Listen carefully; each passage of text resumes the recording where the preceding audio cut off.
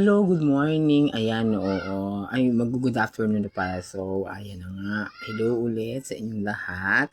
Oo, kasi may natuklasan ako. Gusto ko lang i-share sa inyo. Oo, talagang kalimitan di ba ang mga copyright music ang ating nagiging problema sa ating mga content. Oo, kasi kapag gumagamit tayo ng mga music na content, sa content, minsan pag meron nakaka-copyright tayo, lalo na pag sa YouTube nakaka-copyright strike. Oo, baka ito na yung paraan para hindi tayo ma-copyright music sa atin mga ginagawang mga content, sa mga videos, at talaga naman pwede ka pang gumawa ng sarili mong humingi ng lyrics na talagang nakaakma para sa sarili mo. O nakita ko lang talaga to sa isang content creator. Natutuwa ako kasi nga masyado akong na-inspire. Oo, dun sa may paggawa ng na yun, hingi ng lyrics sa gagawin natin ngayon. Kaya ito na. Ayan, ito syempre first step, nasa home tayo. Ayan, syempre isi-search natin ang chat GPT. Ayan, oo. Yan, syempre, pipindutin natin yon. And then, ayan, mag-ano tayo. Type tayo dyan kung ano yung gusto natin. Ipagawang lyrics.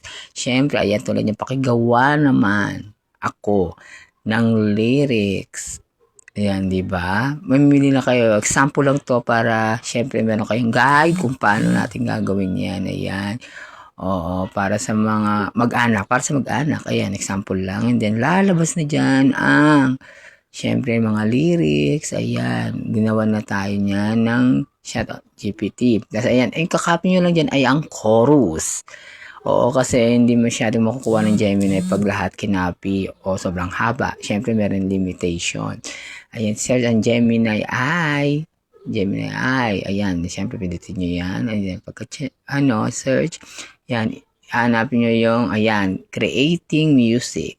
Ayan, o syempre, ayan, ipapaste natin dyan yung ginawa natin doon kanina. Ayan, mag-aabang tayo ng ilang minuto, segundo o minuto, depende kasi yan. Oo, kung gaano katagal yung generation ng music. Pero kalimitan ay wala pang 1 minute. Oo, na yan. Syempre, ayan, aga-abang lang tayo. Ayan, abang-abang lang. Ayan, abang-abang. Para maano natin yung music. Ayan. And after yan, ayan na, lalabas na yung music. Oo, yan na yan. Oo. Ayan, papaano ko sa inyo mamaya yan yung music kasi hindi siya, ayan, sinave ko muna. Ayan, ito yan. Ayan, syempre, ayan na siya. Oo. Ayan, babalik tayo dito. Muna sa home. Oo. Yan. Tapos na yung tutorial ko. Hindi ko na yung music, pero ito, ipi-play ko ngayon after ko magsalita nito. Ito na po, ipi-play ko na po yung music sa inyo. Ito, pakinggan nyo po ang nabuong lyrics dun sa ginawa ko kanina. Dahil ang mag-anak ay puso sa puso, di man perpekto, buo at totoo. Sa hirap at ginhawa, sabay haharap. Walang iwanan, walang pagtalikod sa pangarap.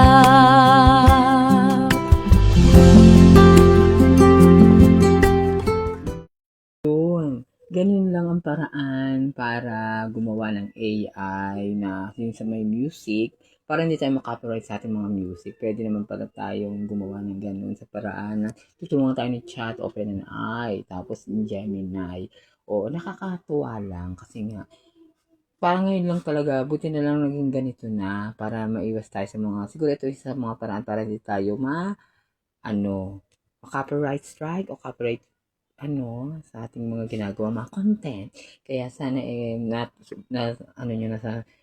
na kahit paano may nalaman kayo sa aking ginawang tutorial. And then, thank you ulit. Mula sa susunod ulit.